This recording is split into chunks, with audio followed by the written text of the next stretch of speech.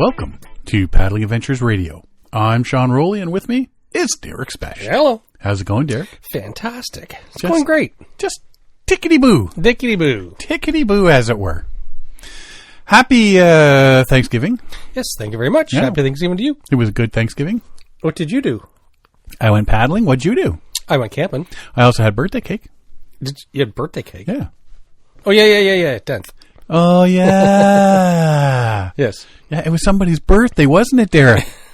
Wasn't it, Derek? Whose birthday was it, Derek? We did wish you a happy birthday. I know. You guys called me. Or no, you left a voice message thing. Left a recorded voice message. Yeah, over text. Me and my family sang happy birthday to Sean. Uh-huh. Much appreciated. Yeah, no, it was a good weekend. Got some stuff done around the house. Went for a paddle. Did the Thanksgiving thing, the birthday thing. Excellent. It was good times had by all. Mm-hmm. Yeah. So where'd you guys go camping? We went to Sandbanks. This is the 6th year in a row we went to Sandbanks for Thanksgiving. So we take the camper out there and do a lot of hiking, climb the dunes and stuff like that. So it's really nice. We really like going to Sandbanks and we last 6 years in a row we've been there, right? So it was good. It was a really good weekend. We did a lot of hiking. I was exhausted. But, we didn't do any paddling. It was just sort of a hiking Thanksgiving weekend to cook some, we had turkey roll. We're camping and not like you have a full-size oven. So we did a turkey roll with baked potatoes and all the fixins and stuff like that. So that was pretty cool. But yeah, it was nice. Sometimes you just wish, nice Thanksgiving, have everybody there, and you don't want to do a big, massive turkey. Yeah, oh no, I don't think we've ever cooked a turkey. It's not my thing. Yeah. Turkey rolls are good.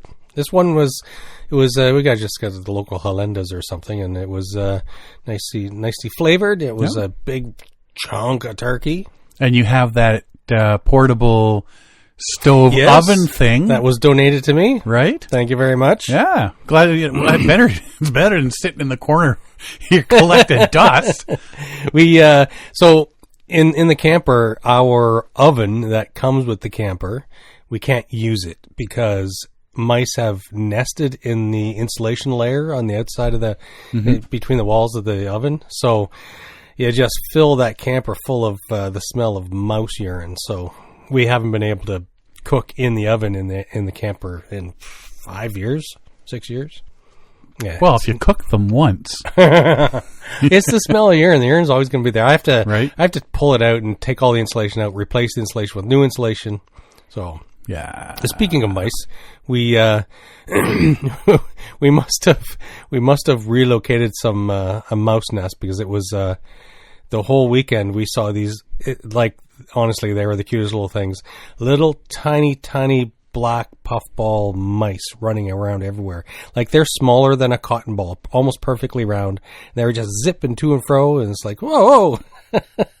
In your camper? Yeah. There's a nest somewhere in there. So they went camping for the first time? They went camping, yeah. Yeah. Wow. So we saw them, they climbed out and were running around outside and then jumped back inside, and we saw them running around, and so we get the camper back in the storage. I'm sure the mother's going to be going, there you are. You wouldn't believe the adventure we went on with the Specht family. Any animals besides birds? Mice, birds, lots of squirrels, but nothing big. It's Sandbanks. We're in the middle of a campground, so it's pretty rare. We saw. How busy was it this year? How busy this time of year? So it's surprising. Every time we go, we have trouble booking spots. We always manage to book ahead 5 months out because we know we're going to be going. And it's usually booked up solid. But there's a lot of fair weather campers out there. So when we walked around the campground, as we would do 2 or 3 times a day, there was I'd say 25% of the sites were empty. So, but we also had a lot of rain on the weekend. There was a Friday night, it was hammering down. Like, it woke me up out of a dead sleep. I was like, well, what is that? And there was so much rain coming down that the whole thing was just like we're in a drum covered in rain. It was so loud. It was crazy. And so when we walked the dunes at Sandbanks, I've never seen the sand so wet there at Sandbanks. Yeah. But then it cleared up. Oh, yeah, it was a really nice weekend. It rained at night, not during the day. Yeah. We scheduled it that way. So that's always good. That's always good. You know, Parks, Ontario, very accommodating that way. Very accommodating, yes. Oh, yes, there will only be rain showers in the evening when you're sleeping. During the day, it'll be fine. Trust us. Yeah. But yeah, so it was a really good weekend. We got lots of hikes in. It was lots of people there. We've gone the farthest we've ever gone in the dunes before. It's hard to go the full length. Like, we've only ever gone about a quarter of the way out. Oh yeah, because the sand dunes are so long. It's just a big, long peninsula of sand. Yeah, but if you kept on going, it'd be like rehearsing for a trek through the desert. Yeah, exactly. Just not as hot. Yeah, it was pretty cool. Good. It was nice. Good. There's lots of white swans and Canada geese and ducks. And everything's you're starting to see the ducks flying south. They're gathering together to migrate, yeah. I got an invite to go paddling on Sunday to Nogies Creek, which I've never heard of it. You know what? I've heard of it, and a lot of local kayakers go there. So our buddy John there said, hey, I'm heading to Nogies Creek on Sunday if you're up for a paddle. And it's just north of Bob Cajun. Cue the tragically hip music. You can paddle from Pigeon Lake. Bob Cajun's on Pigeon Lake. And you can paddle up the river. Nogies Creek is actually a river. Okay. Right? It's not a small little thing. You can go up the river there to Bass Lake and then through there to Crystal Lake. We didn't go as far as Crystal Lake. So, yeah, we parked south of Bass Lake and did some exploring and stuff. And, there's a couple places that you can park to put in. So there's a big there's even a place there that just I've seen pictures of people like throw up a tent trailer for the weekend. Oh, yeah? Yeah. I don't know that I'd be wanting to camp next to a road. That's yeah. Like I say, I've heard about it many times. People go paddling over the years, but this is the first time I'd ever been there. I thought it was closer. You hear, oh yeah, we're going up here, we're going up here, we're going up here. And think, oh, everybody's so many people are going, it can't be that far away. It's an hour and a half drive. So you're thinking, wait a minute. It's an hour and a half drive if you don't stop for coffee. If you don't have to stop to adjust a tie-down strap that's banging on the roof of your truck. Because, I tie part of the end back around from the front to the roof rack. But sometimes if it's too loose, it just flop, flop, it just goes on the roof of your truck. And after a while, you know what? I'm pulling over and I'm fixing this because this is starting to tick me off. That's driving me nuts. That's like if you don't twist the tie downs, they hum in the wind, and it's like, oh no, can't have that. I got to retie that. That's just going to drive me nuts. Yep. And it's only an hour and a half if you don't follow your GPS unit. I had the GPS on getting there, and it seemed every time I turned, it's like, turn here. Okay. And it added like 10 minutes. Oh. What? So you see the full zoom out picture of your route. Okay, yeah, it's zigzaggy. Hour and 36 minutes. Yeah. It was like close to 2 hours by the time I got there. And that was like excluding the stop I had to make for the coffee was before that hour and a half even started. It's like, you got to be kidding. Yeah, I was annoyed with that. But so it's not main roads. It's I'm going to have to look a lot of it's main roads. 412 to the 407 across to the 115 and up. And then a couple of zigzaggies from there. But yeah, it added like a half an hour onto my trip. So I'm sitting there going, okay, I'll be there like about 1:45, 10:02. No, I was there like 20 after. It's like, yeah, I was not impressed. So John was going solo in his canoe. I was going solo in my canoe. I had everything ready to go and just getting ready to leave. The truck was all packed and someone was giving me the goo-goo eyes. So I grabbed a couple extra things, opened up the back door of the truck, and Athena jumped right in. She flew down the front steps, across the lawn, and jumped into the back of the truck. I got a blanket. She hit the blanket and slid straight across the back of seats, smashed into the other door. A little too excited. A little too excited to go. But yeah, like I say, so John was in his canoe, Athena and I were in mine, and we launched into the river about 9:30 in the morning. Really beautiful day for it. He'd been contemplating going Saturday, and Saturday was just rain, like you say, heavy rain and whatnot. I was like, that wouldn't have been a fun day at all. Did you do just one way, and like, how did you get back to the vehicles? Like, what was the? Oh, we parked at the vehicle. We parked the vehicles. We went south, and then back up to where the vehicles were, past that, and headed north to the bridge. Okay, and then back to the vehicles.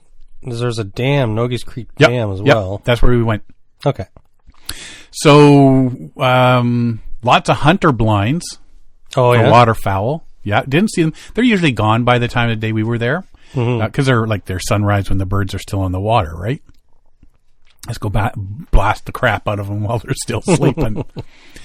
We launched, like I said, and then you go down. You come into a wide area. It's not really a lake, but it's big enough where the dam is there. Yeah.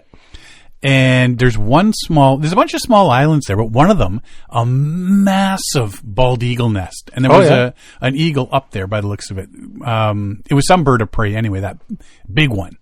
So whether it was we think it was the eagle or it was an osprey, because there are ospreys down on Pigeon Lake. So yeah, saw that take off. But like I said, it was a massive bald eagle nest. We landed on a little island after a little bit of exploration. And apparently someone was so excited to get out of the water, out onto the water and into nature, that I did the dismount. She jumped out and immediately got the zoomies running through the woods. Yeah. And John and I are just standing there, and she's just ripping everywhere on this island. It's a small island, good thing otherwise. There was a bit of rock there, so we were sitting on the rocks just soaking up some of the sun, relaxing for a bit. She's down on the shoreline there trying to get take a sip of water, and she's going to crawl down the rocks a little bit, get her feet wet, and slippery rocks. Down she goes, comes back out, finds another spot. She's wading in the water, just her feet. Found a drop off. Oh, yeah. Oops. And then came the pièce de résistance. The other side of the island, she saw more water. Oh. So she goes ripping over across the shore, which wasn't shore. It was mud. Oh. She went, sunk right up to her armpits, her belly, and face first. And she's just standing there like, what just happened? What happened? And she came out and was like, "Oh, you stink, and you're covered in mud." Oh, yeah. So she had her life jacket on for the first half of our trip. I was not putting that thing back on her because I took it off when we were just sitting around on the island. Yeah. And I figured this way, because it had turned into such a nice day, the mud would have dried. Yeah. And then I could just, brush it off of her. That was the plan. Had to wait to see if it happened or not. Yeah. But by the time we finished our day, everything was all dried, so I can just run my hands over her fur, and it was just turning to dust and falling off for the most part. Yeah. So got rid of about 90% of it. She was not ecstatic about having a mud bath. Yeah. So, we did a bunch of exploring, and then around that whole area. Check it out. There's some crown land there, but there's also some private land there. Okay. But the island we were on, you can get a tent on there. There's a fire pit and all that sort of thing. I don't know how much. You're not really going anywhere. If you're sitting there, you're going to camp. You're just paddling around and exploring a really easy weekend sort of thing. Yep. It'd be more just to get out of the city. Sort of thing. But yeah, nice area. And we headed back north out of that area, past where we parked the vehicles, towards the bridge that crosses the creek. There's a lot of people parked there, but the access kind of sucks. And the amount of vehicles that are there kind of suck.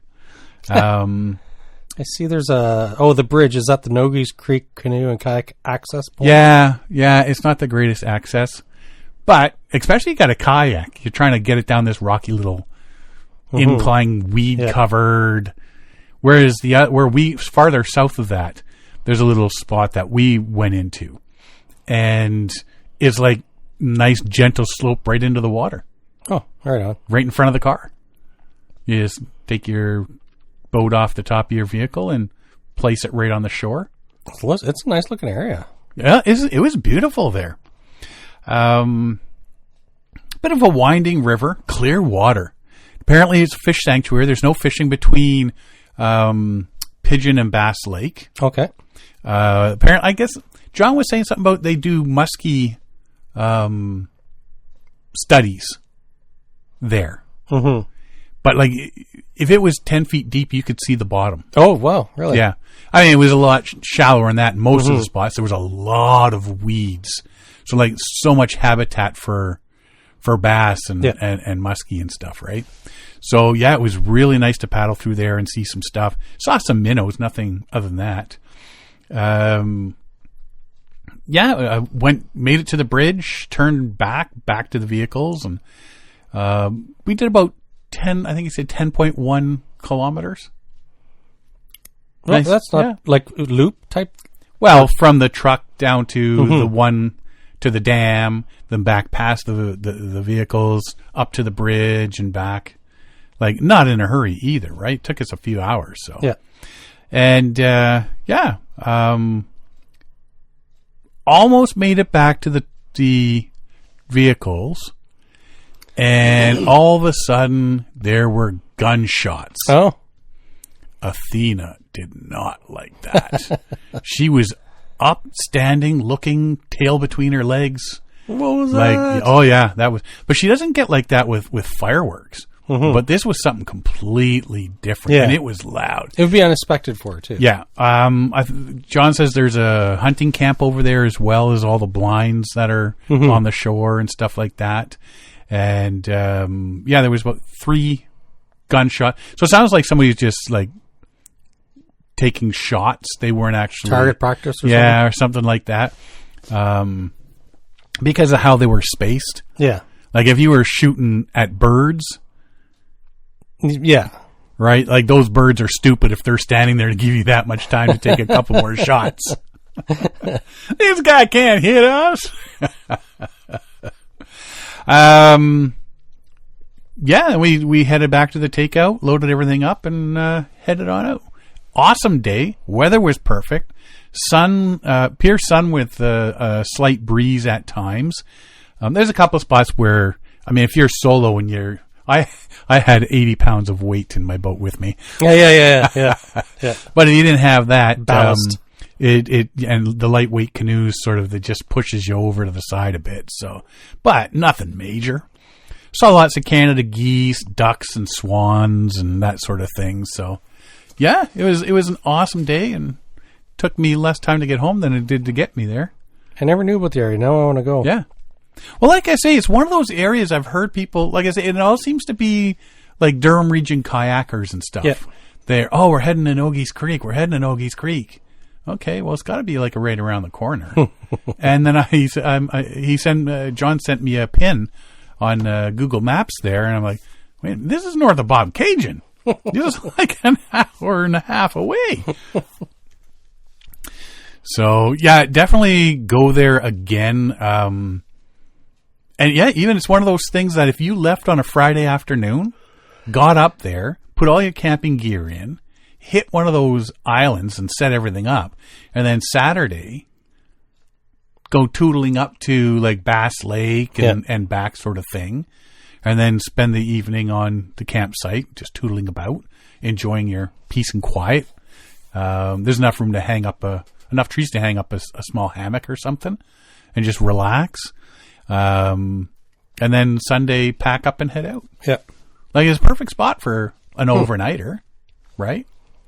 So yeah, definitely. Or like I say, just getting up early in the morning, zipping up there for a full day of paddling around and exploring, and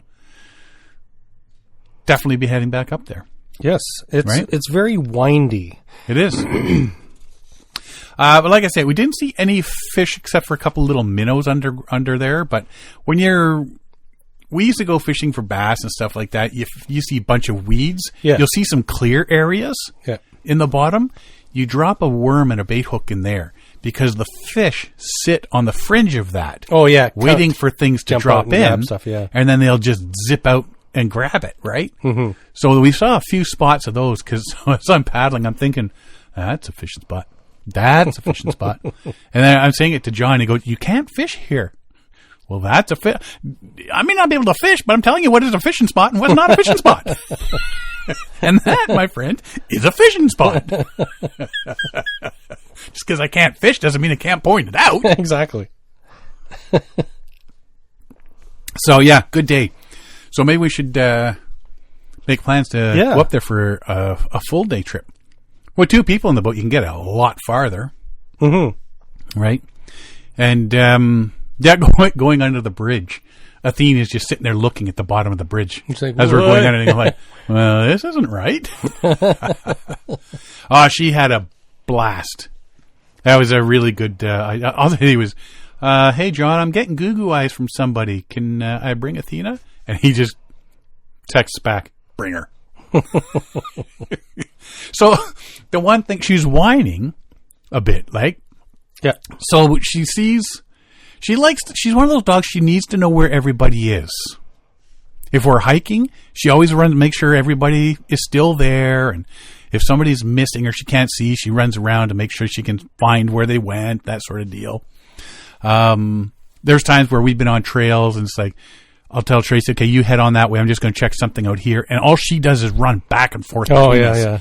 Like if I was going east and Tracy's going west, that dog would get so much exercise just running between the 2 of us. So as long as she could see John in his canoe, but there was a couple times where he had to come over and we're right next to each other and she stands up, walks right over because she wanted scratches. So he's scratching her. We're chit-chatting about a couple things and then he goes, and at one point he comes over to do that. She starts trying to get into his boat. Oh, right on. We do not change boats midstream. You do not climb from one canoe into somebody else's. It's frowned upon. But no, you know what? She's great in the boat. She doesn't she'll stand up sometimes and move around, but majority of the times if she needs to switch her position, she just raises her butt off the ground a little bit and pivots. Okay. So she'll face left and then she'll sort of pivot around, not a full stand, so that she's facing front or to the right, something like that, right? Occasionally she faces me, but most of the time she's like sitting there staring straight ahead. Yeah. I'm the lookout. Right? She wants to see where everything's going. But was she laid down once? She has this habit that she just flops herself down when she wants to lay down. And lands hard. And on the side of the boat. Yeah. So you're sitting there and then all of a sudden you got all this 80 pounds of weight thrown against the side of the boat. And you're not watching. Yeah, you're not ready for it. Then all of a sudden you just do that panic grab, right? So definitely a place to go. Nogies Creek, Nogies Creek. It's not just a little tiny little creek thing. There's some marshy stuff. There's a lot of weedy stuff. Lots of birds to see. We didn't see anything big like deer or moose. I don't even know if there'd be moose there or not. You're not that far from Bob Cajun. It's near Minden. I'm looking at all there's lots around. So I mean, even if you stayed, we're there for a night and then just did a day trip up. It's just right outskirts of town. So we'll have to go there. That's one you'd want to take the kiddies to. Yes, just for a day trip. Yeah, right. We're going for a day trip. Jump in the car. Let's go. So sounds like a plan. Yeah, one of the things. I mean, as you know, when you're out there paddling, you probably cover 150 different topics minimum while you're chit-chatting about this, that, and the other thing, right?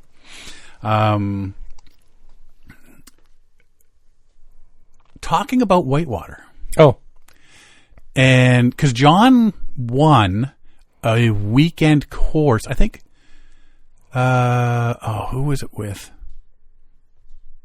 The paddle co-op. Oh, okay, cool. Whitewater course. He won it. Yeah. So he went and did that. And he talked about maybe doing some sort of whitewater paddling or something. Mm-hmm. Going somewhere. And I've been hemming and hawing about it and looking at boats and stuff like that. Oh. And you start looking and you start thinking, oh, you know what? Like there's some of these whitewater boats. $5,000. Yeah. You know what? I don't do, for some, just getting into it. Don't do it enough. I don't do it in whitewater enough. Mm-hmm. I don't have enough friends that do whitewater canoeing. And I am not, if you're just getting into whitewater canoeing, are you going to go spend $5,000 to $6,000 on a top of the line to see if it works out, and just to find out? You know what? I'm really not into this. It's not my thing after all. It's not my cup of tea now, is it? So I was looking at Nova Craft has got this Prospector 16 SP3, and it's just under $2,000. I was looking at that. So when you sent me that link, I was looking at it and I thought, well, is this a whitewater canoe? And they say it's good for whitewater, but it seems like it's geared towards. They also have whitewater, pure whitewater made out of tough stuff. Well, that's lighter. Those are the so it's 67 pounds for the tough stuff, and the vinyl one, the SP3, it's vinyl. It's the same kind of plastic as the gunnels and so on, but it's a good price. And I found it interesting. Their market for it, their design market is if you're an outfitter and you want to buy up a bunch of rental craft for your fleet, then you're not getting into it too much. It's not costing a lot, and these are well-rounded canoes, like for cottage country or some whitewater or whatever. They're just it's like the pickup truck of canoes type thing, right? Mm-hmm. So it's a general boat for everything activity it'll take a lot of beating, but it's 94 pounds. Well, for the 16-footer. If you got the 17-footer, it's 99 pounds. Now, my first freighter canoe was fiberglass and was 90 pounds. Yeah, those are heavy. So, you know. Yep. It's not. And the purpose of a whitewater canoe is not to be carrying it. No. Right? So, mind you, you're going to have to do some. Portaging a 100-pound canoe isn't really that difficult. You just don't want to do it all the time. Exactly. Right? Yeah. So I went on their site, I'm looking there, and it says, our SP3 canoe models have the same performance characteristics as our famous Prospector models. It is a Prospector. But are made from a tough 3-layer polyethylene plastic called SP3 that withstands hard knocks and extensive use. Because the material is nearly indestructible, there's that nearly word. Yeah. I was going to say nearly. Well, that word just changes the challenge, doesn't it? It's also no guarantees, right? Yeah. It makes them attractive to owners who plan to subject them to hard use with little maintenance. While SP3 canoes are our heaviest boats, they are also the most affordable canoes we produce. These canoes are ideal for canoe liveries and rental shops since they will give many years of faithful service at an attractive price. For a family looking for a canoe they can leave knocking around the cottage, they'll have a canoe that should last a lifetime. Our Prospector 16 SP3 feels most at home loaded with gear on a remote wilderness, lake, or river. Ba-ba! Yep, there you go. While it's best suited for river tripping, it remains versatile enough to be a good all-around canoe. With experience, the self-righting aspects of this shallow arch hull will become apparent and confidence levels will soar. What's more, it provides a very dry ride in big waves and whitewater. It is simply the best all-round wilderness tripping canoe available. It is a well-rounded. The weight is the only downside. Otherwise, right? It's for $18.99 for under $2,000. Yeah, it's how could you go wrong, right? Right. Well, as well, if you're doing a wilderness trip and you've got the lightweight beastie, Yep. and then you got something like this. You got the people that aren't going to want to do whitewater. They can portage the lightweight one around the rapids, take some extra gear, while others that do like to do the whitewater have that option to boogie down, run some rapids, and have a little bit of fun, because it's not everybody's cup of tea to be doing rapids. So this sort of, if you're taking if you have two groups of people, then you can switch, and it's not maybe, okay, you know what, you're portaging this one, I'm going to go down the rapids. Mind you, there's nothing saying he can't bring it back across the portage and run them again. Do it again, right? Your turn. Weight, 94 pounds or 42.6 kilograms. Weights are based on year-long production averages and may vary. So maybe you'll get a 92-pound one or a 96-pound one. It all depends. 15 foot 7 inches. They call it a 16, but the width is 36 inches. Center depth 14 and a half. End depth 23. The rocker is 3 inches. Capacity 900 pounds. That's a lot of gear. That's, or a couple of fat guys. Symmetrical hull, shallow arch bottom, moderate rocker. Pros, great price, great for whitewater. Con, 94 pounds. No, you know what? Like, if this is something, and you know what else this is good for? Canoe bowling. Oh, yes, yeah. Nice, right? Stable, heavy platform. Yeah. Yeah. Yeah, and if you're going up rapids and you're... I mean, with mine, I canoe pole in my lightweight Swift. Yeah. Which is like 52 pounds. But I miss a lot of rocks. This thing will just find those rocks. But, I mean, and if I find one of those rocks in my Swift... Yeah. You know, you're hoping you don't hammer the rock. You hope you just skid over it and leave a little bit of paint. Yeah. This thing here, bumper cars, right? Yeah, So it won't matter. For if you're looking to get into it, I think this would be a good option. Like I say, a lot of the whitewater canoes that I've been looking at, you know, $3,000, $4,000, $5,000, $6,000. Yeah. And it's like, you know what?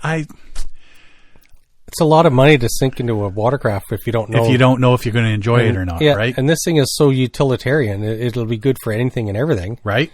And the only really drawback is the weight. Yeah. Otherwise, it meets all the points that you need for a backcountry canoe that you can just beat around. You're not going to be worried about, cracking a Kevlar hole. You know, it's it's very versatile. It's tough. And really, if you go switch to tough stuff, which is going to add, $3,000 of the price, but only save you 20, 30 pounds. So it's... Yeah. Yeah. So the real question becomes, do you get the cover for it or not? You mean like for splash? Like yeah. You could do that. And then, so if you got one of those covers on your boat, right? Because you're doing whitewater, so you want to make sure everything inside stays dry. If you have two people in there, the holes are where the seats are, right? Yep. What happens, I guess, if you switch around? If you're going solo? Oh. Because the back of the hole would fit towards the back of the person, towards the back of the front seat. Yeah. But when you go solo, you switch around, so your legs and everything... Could be complicated, yeah. I imagine they must have... I'm sure you can have some kind of custom... There's got to be some configuration where if you want to go solo. Or you just fill the boat with water as you go. Whatever. We'll wing it. So, I got the winter to... think about it, contemplate, but and then the thing comes, well, if I got all winter, can they customize some sort of paint job for me? Some sort of design on it? Well, I wonder, because generally when it comes to vinyl or tough stuff, it's the color of the material is your canoe's color. It's not like Kevlar canoes, they tend to put a paint on. You can either have a paint or unpainted if you want to see the Kevlar fabric through the gel coat or whatever. I know there's a red one that they red with white in the middle, and Yeah. I think the Canadian flag underneath, Mm-hmm. like the maple leaf. Yeah. But I would just want to get something like on the bottom. Mm-hmm. If you're reading this, I effed up. If you can read this, flip me back over. Right? You see this canoe going upside down through the rapids, and you read, if you can read this, I effed up. Ooh. That'd be a good shot. That's not good. So, yeah, the Nova Craft Prospector 16 SP3. I don't know anybody that has one. I've never, is it, did they say when they started marketing it? Like, is this a new thing? No, it's not new. Yeah, it'd be interesting to see what people think of The it. price is very attractive. The only bad thing I can see so far is the weight. Yeah. So, and 94 pounds, that's a lot. for $2,000 as opposed to 5 or 6. I know. Yeah, I'll deal with the extra 30 pounds. I'll deal with the extra 30 pounds all day long. Yeah. Because that money I could put into like a plane flight into some of these backcountry places. Yeah. And still be ahead of the game. Yeah. Anyway, we'll just see what happens there. Stand-up paddleboards. BMW. You drive a BMW, don't you? I do not. Sure you do. I do. For this purposes, you do. Just a side note. Just a side note. On one of the loops because we walked around the sandbanks a lot.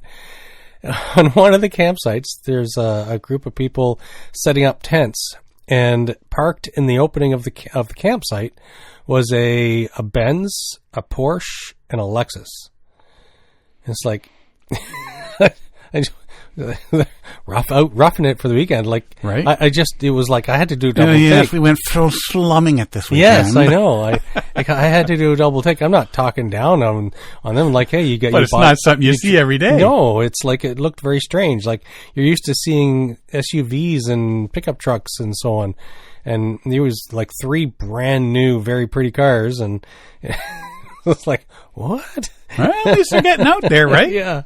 So, yeah, good on them. Anyways, back to the BMW SUP. So, BMW has launched an electric stand-up paddleboard. Huh. Wait, what? The German luxury car maker has introduced an electric watercraft to match your, new class EV. In conjunction with Slovenian manufacturer Stipa Boards, has entered the water sports arena with the launch of the electric stand-up paddleboard. Board weighs 10.9 kilograms and designed to carry 2 people. Combines electric drive with high-grade materials, digital connectivity, and a flexible energy system. Electric motor with up to 300 watts output powers a propeller for additional thrust while on the move and makes paddling easier. Well, if I got a propeller going, I ain't paddling. Exactly. One or the other. It's good to help for when you're going into headwinds or against the current. The drivetrain. Okay, when you start using words like that. Drivetrain. Delivers speeds of about 7.5 kilometers per hour or 4 knots. Mm-hmm. Motor also inflates the board automatically before you head out. Wow. There's a good idea. So instead of having to inflate it with a separate thing, boom, boom. The energy is stored and supplied by two 90 watt per hour. Is that watt per hour? Watt hours. Watt hours? 90 watt hour battery. Battery module options enabling between 1 and 3.5 hours of boarding time. A 180 watt hour battery module will be introduced as an option from 2026 for between 3 and 7 hour riding stints. Wow. BMW Group Design Works took care of the visuals for the X-woven drop stitch core boards. Styling was inspired by the design language of the company's new class range of electric cars with 800 volt electric architecture. BMW says the craft has strong structural rigidity and stability and is equipped with Bluetooth remote control. And when you walk, when you come back to the beach and you say, I'm going to go up and grab a hot dog, all you hear is, whoop, whoop. As they lock their stand-up paddleboard. Boop, boop. User interface with haptic feedback allows the rider to toggle into Freud mode for extra power. Smartphone app enables users to plan routes, monitor the battery charge.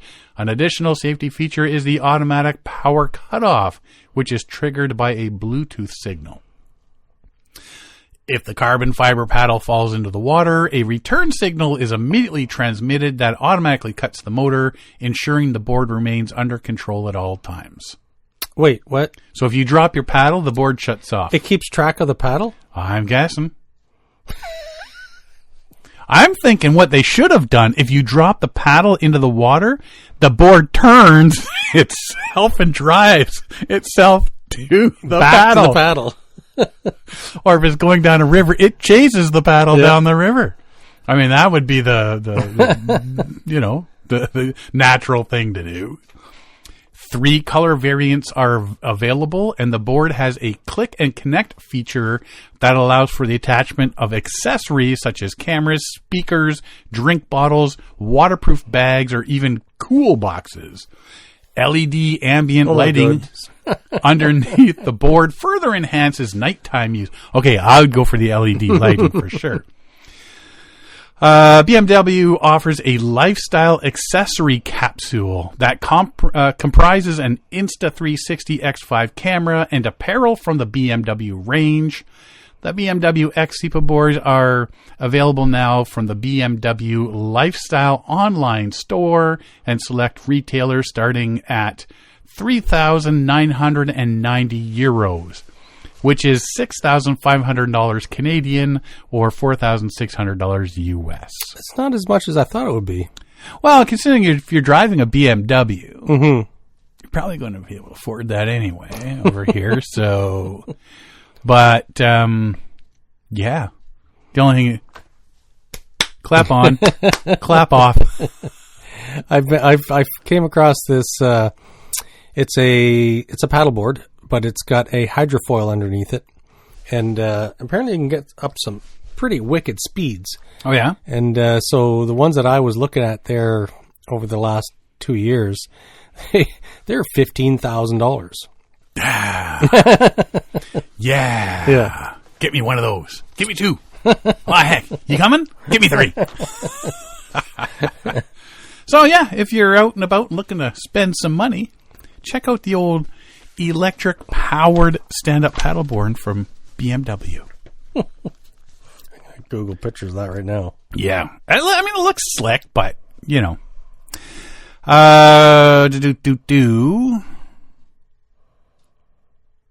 We talked about the witch paddles last week. You know what we forgot to mention? What's that? You know what else is coming up? 'Tis the season for pumpkin paddling. The giant pumpkins that they hollow out and paddle. Oh, the pumpkin regattas. It's that time of year, yeah. It's that time of year, too. I've been starting to see notices for pool sessions because it's that time of year as well. Oh, to book your pool session, yeah. Book a pool session if you want to learn extra skills and stuff like that for kayaking and whatnot. Go online, check out your local places. You know, people are having pool sessions starting already. So, you know what? Other thing I did this weekend: roasted garlic powder. Oh, 'tis that season too, because we did run out. Yeah. So I made a whole bunch of roasted garlic powder. So our kitchen smelled like a little Italian Nona's kitchen for a while. Yeah. Make so much of it. But we put it in the freezer, whatever we don't have in our regular little container, and it keeps it fresh. I had a couple comments about my Upper Canada paddle. Yeah. The one with the chunk out of it. Yeah. So I decided to go looking. Are they still in business? I can't find one like mine. They're no longer in business, apparently. But no one... Is that the model? Is it the brand? Or is it... Upper Canada Paddling Company. You can find other versions of it used and whatnot. But even the internet, because it's got that AI thing now, right? It says Upper Canada Paddle Company is Grey Owl. Well, no. Which was bought out. So, and then it says, well, and then at the bottom it says Upper Canada Paddle Company name cannot be found. So it was either a different name or this name was never registered. Yeah. Well, yeah, because there's tons of paddles with that on it. You used to get them at like Crappy Tire, Canadian Tire. Yeah. Picked them up. So yeah, because I was thinking, you know what, maybe I'll go and see if I can find another one just like this one. No, can't. But no. No, it's one of a kind. Upper, is it one word? Up just Two, Upper Canada I typed Paddle in Upper, Company. the whole thing came up right away. Really? Looks like a lot of people are searching for that. Or because it heard us talking about it. Big Brother's watching. But they're all different styles, but they don't have the beaver tail one like I've got. There's a few. Scout Tech Outfitters carries it. No, not that one. Oh, no? Nope. I already saw that. That's the first thing that comes up is that one. They're like square and skinny. Mm-hmm. Yeah. Yeah. Correct. You are correct, sir. It's a big conversation on Reddit about them. Yeah. Oh, yeah, that was from years ago, and it's been the Reddit conversation has accidentally been discontinued or deleted or something like that. Oh. It said on there. Yet the entries are still there. Yeah. Anyway, but that conversation is about the sticker that's on it.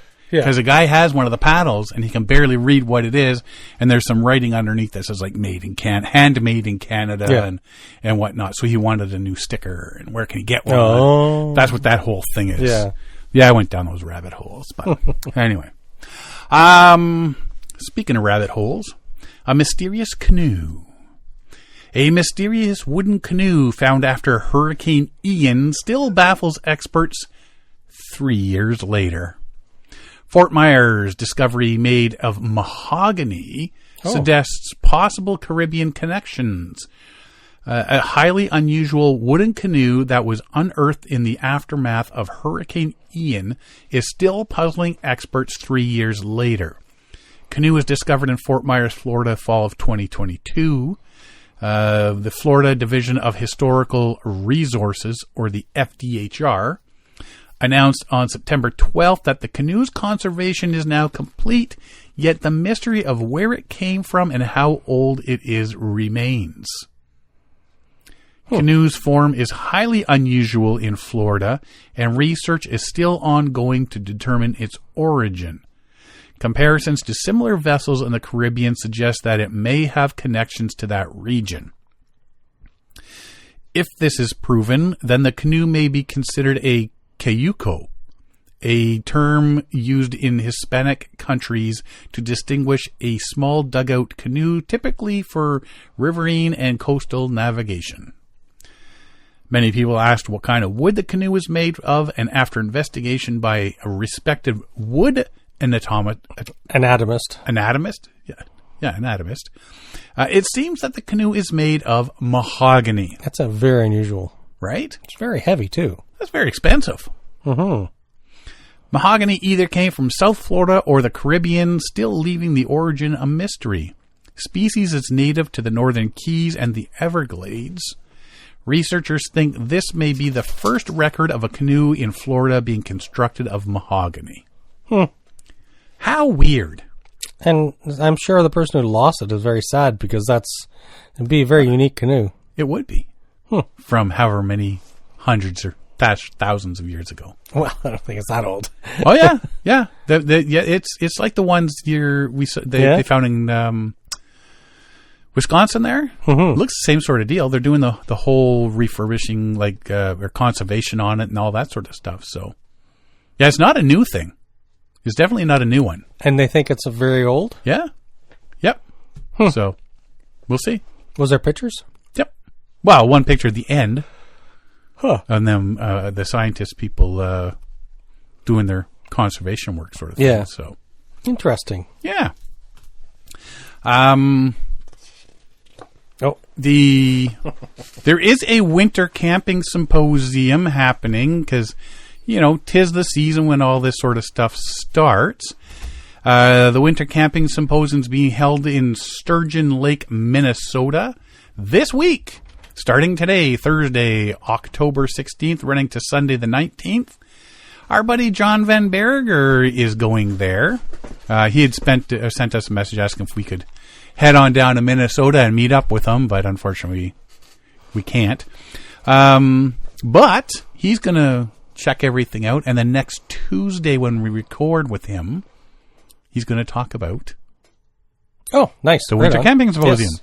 So yeah, I've been touching base with him lately and said, yeah, let's go there, do what you need to do, and then next week we'll do a little recording for next week's episode. So be nice to chat with him. We haven't chatted with him in quite a while. Yeah. If you want to check out that, you can go to wintercampingsymposium.com for all the info. If you go to the symposium, if you're down there in Minnesota, find John. Yep. John Van Berger, you find him and tell him Sean and Derek said he had free beer for our listeners Yes. of the show. Surprise, We John. haven't told John this yet. So just show up and say, hey, Sean and Derek from Paddling Ventures Radio said you have a beer for anybody that listens to the Anybody podcast. else? He's not going to be happy. I hope somebody. Oh, that'd be funny. I hope somebody walks, because he's going to send us a message and it'll be swear words. I'll have to drop numerous quarters into that swear jar. So wintercampingsymposium.com held in Sturgeon Lake, Minnesota this week. So Yeah. check it out, because 'tis the season of getting your winter camping gear ready for winter. Even Kevin Callan, I noticed he was doing some maintenance on his winter camping gear and Yes. Yeah. everybody's getting ready. getting some WD-40 on those stove hinges, and I got to get my stove out and give it a little brush off and all that sort of stuff. So, yeah. Here's something cool. Are you a horror movie fan? No, but my daughter is. It's Halloween's coming kind of up. so strange. She loves her and her friends. She will just go and watch horror movies. Really? Yeah. Horror movies are another something that, It never stuck with me. yeah, they were never my thing to watch. They didn't interest me. And now they've gone from horror movies to, like, gore. Yeah. Like, the horror movies back in the day, somebody jumps out with a knife, you scream, you jump, you poop your pants. Yeah. Now, somebody's, like, slicing your head off and ripping your fingernails out. And that you don't need all that. They've gone... Splashes of blood. Yeah, I think they've gone a bit too far with the... Anyway, that's my own thing. A man has been traveling nationwide to acquire celebrity signatures for the iconic Friday the 13th canoe. Huh? A man has been traveling I got across that the part. country You don't have to read it again. to acquire signatures for this iconic movie prop, and he's making a stop in Salina, Kansas, to receive a last one from a well-known celebrity. So John Miller acquired this original canoe from the very first Friday the 13th movie, because there's been, 100 of them or something like that? Yeah, something like that. Has been traveling across the country to get signatures from anyone who had been a part of the iconic horror franchise. He's planning on making a stop at Salina on Saturday, October 25th. So if you're in Salina, Kansas or nearby, to get the last signature from Kevin Bacon during the Bacon Brothers concert at Stifel Theater. Kevin Bacon played Jack in the 1980 film.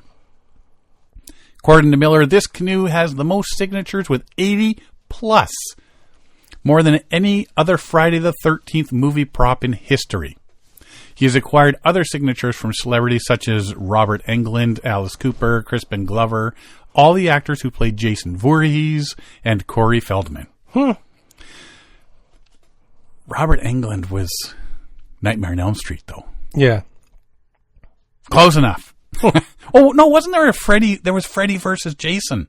Yep, there was. Right? So he does count in there. Miller started the journey 5 years ago. As time progressed, he stated that he put it in his will to donate back to the original campsite of where the first movie of the franchise was filmed. Every time a Friday the 13th person pops up that I don't have, I go and get them, said Miller. It is very well known in the convention circuit, very well known around the country to Friday the 13th collectors. There has been YouTube videos done on it. It's a pretty big thing. He got the canoe by acquiring it from a junkyard in Iowa after visiting the original Boy Scout camp in New Jersey where the movie was filmed. How did it make it from New Jersey to Iowa? Yeah. He found it and officially acquired the original canoe of the first movie. He said, "We have had offers from people that were in Friday the 13th to buy the canoe, but I just can't sell it." He has received offers of $100,000, but declined. Huh. Right? Not only does he have the original canoe, but he also has collections like the Nightmare on Elm Street motorcycle, gas cans from the films. In his spare time outside of his full-time job of being a social worker, he collects items from Friday the 13th or Nightmare on Elm Street. Once Miller arrives in Salina, he invites all Friday the 13th fans to come and check the canoe out. So if you are in Salina, Kansas, on October 25th, head over to the Stifle Theater and check out the canoe. Is it it's a Grumman? Yep. Yeah. Oh, yeah. Yeah. But you see all the if you Google it, you'll see all the autographs and everything like that on the seats. But just to get all the actors and whatnot. I know, it's amazing to get them all. That's pretty cool. And it's not something like you can, just put in a book or something like that. You'd have to protect it somehow when it's all done. Yeah, like a clear coat or something. Yeah, to put over everything. I doubt he's going to take it paddling. Probably not. Probably not. Just a guess, but yeah, probably not. So no, that's something pretty cool to definitely have. But staying on the kind of weird things when it comes to paddling, Fitz and his brother Vladdy are adventure cats. They live and explore in and around Ontario, Canada. Where do we live, Derek? Ontario, Canada. Ontario, Canada. They accompany their mom on hikes, bike rides, kayaking trips, and even snow sledding. Their mom recently upgraded the cat's kayak adventure capabilities by customizing individual kayaks for each. There's a point where I draw the line. The cat kayak is actually a floating cooler sold on Amazon. Looks like a stubby kayak sort of thing. Fitz's mom has added some pool noodle stabilizing attachments. So she's put blue pool noodles around the side to help stabilize it. This keeps the cooler from flipping if the cats move around during adventures. To get the two animals used to riding in their own little flotilla, she practiced by allowing them to float in still water. Once they were comfortable, she began towing the cat kayaks behind her own kayak. So there's pictures of her paddling, and there's a rope, then a little yellow kayak with a cat in it, then a rope, and another little kayak with a cat in it. Although Fitz and Vladdy's mom includes a link to the cooler she uses as a cat kayak, she adds a warning. The coolers can tip, so the added stability gained from the pool noodles should not be ignored if you try this for your own adventure cat. I've seen this pop up a couple of times. This looks familiar. Fitzcapades on TikTok, Facebook, and Instagram. Fitz likes to chill in his cat kayak. He lies quietly, chasing the occasional bug and napping contentedly. Vladdy is apparently more rambunctious. He prefers sitting up and watching everything around him. Both cats normally wear personal flotation devices. If they do fall out of their kayaks, they will not be in danger. However, Fitz sometimes refuses to wear his life jacket, but they paddle close to shore in the shallow waters, and both cats enjoy swimming. That's hilarious. I draw the line at certain things. Those are neat coolers. They look are, like little right? Kayaks. Well, that's what I'm thinking is like, I'd just be getting one of those to tie behind my boat and haul my drinks, right? Some nice cold pops or something and a lunch. And oh, dude, you would love one of those for your charcuterie stuff, right? There's Derek's charcuterie kayak. You can tow that behind your canoe. Yeah. Very cool. Connect it right to the sides. You just haul it over and just start munching as you're going.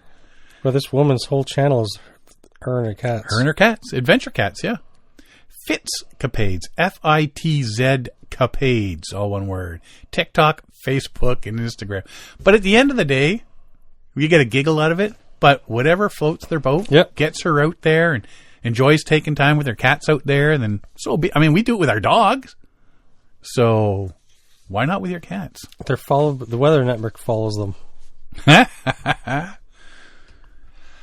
Last thing I got here. You're stuck on the cat videos, aren't you? No, I just found the Derek's on the cat videos. The Weather Network. Oh, the pumpkins. The pumpkin races. Giant pumpkin races. Yeah. Kayakers, get ready. A 7.7 mile stretch of water on Greens Bayou in the heart of Houston has just been anointed by the Texas Parks and Wildlife Department as an official paddling trail. Just in time for a pleasant fall afternoon in the water.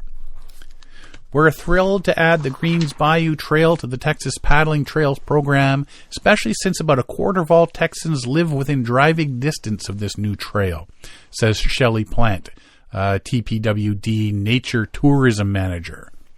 Adding almost 8 more miles of trail in the Houston area is huge in helping people connect to nature.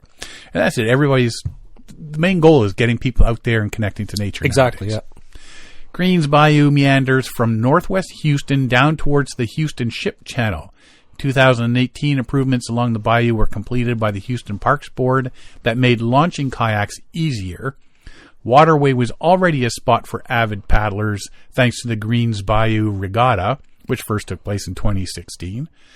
This announcement makes Greens Bayou Trail the 90th paddle trail on the Texas Paddling Trails Program registry. A handy guide for anyone wanting to make a day of boating. Over 700 miles of navigable water are now mapped by the Texas Paddling Trails Program. 900. That's not too shabs, eh? Completion of the trail was accomplished by a partnership between TPWD, Houston Parks Board, Greens Bayou Coalition, Houston Parks and Recreation Department, National Park Service, Bayou Preservation Association, North Belt Utility District, Parkway Utility District, and North Houston District. There's a lot of people in on this one.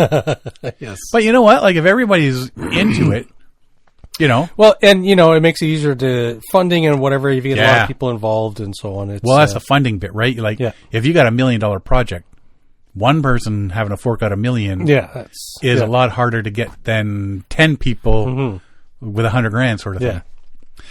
The bayou is a slow-moving and fairly easy trail that takes kayakers through the wilder parts of the urban environment. There are many coves and tributaries to explore, and people will likely see a variety of fish, birds, and reptiles that live on the water. Fishing is permitted with a license, but please contact the Department of State Health Services for more information before eating fish caught in the bayou. Well, that's not good. That statement alone makes me leave the fishing pole at home. Official launching points can be found at Brock Adventure Park, Strickland Park, and Thomas Bell Foster Park. Bayou has steep banks and dense vegetation outside these areas that make it hard to disembark except at the official docks. So kayakers and canoers are encouraged to stick to the official launching points. Boating equipment can be rented from Kayaking Texas and Pinky's Kayak Rental. Pinky in the brain. Pinky in the brain. Pinky Tuscadero from Happy Days. Pinky's Kayak Rental. The TPWD says the individual parts of the trail can usually be navigated between 60 and 90 minutes. So if you're out there looking for a few hours or a couple hours of paddling, that's perfect. So, did they expand on the point about, hey, you can fish here, get a license, but contact health services before you eat the fish? That's all they said. They didn't say anything else. Nope.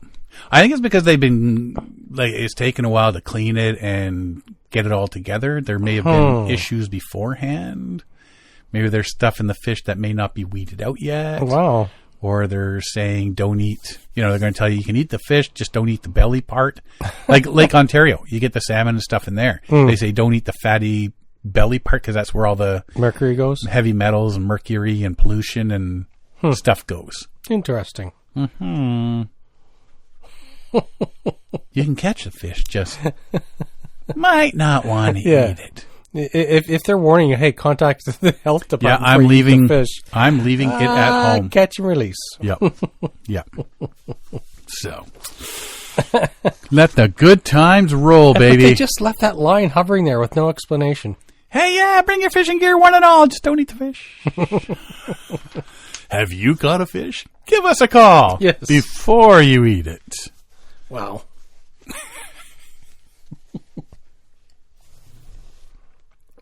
But did you notice they didn't say what kind of reptiles?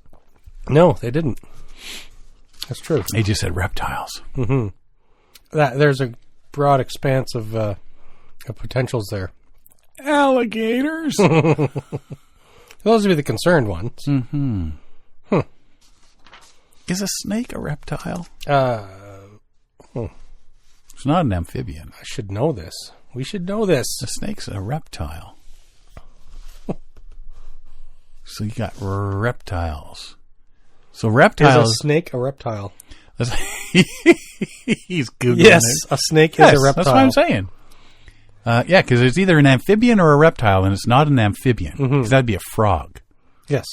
So basically, reptile is just a fancy word for scaly animal that can kill you. Scaly, cold-blooded vertebrates. That can kill you. We'll attack you. We'll bite you. We'll eat you. If you try to eat the fish. Yeah. Anyway, if you're down Texas and Houston way, check out the new trail. Don't bring your fishing gear. Bring a camera because apparently there's reptiles. Get some pictures. There's some dude, he's been on purpose getting bit by snakes for the last 20 years. He just is something that he does. That's not the guy that's trying to build up his immunity to snake venom, is it? Apparently, the scientists are fascinated by this guy because apparently he's like a walking, talking anti-venom kit.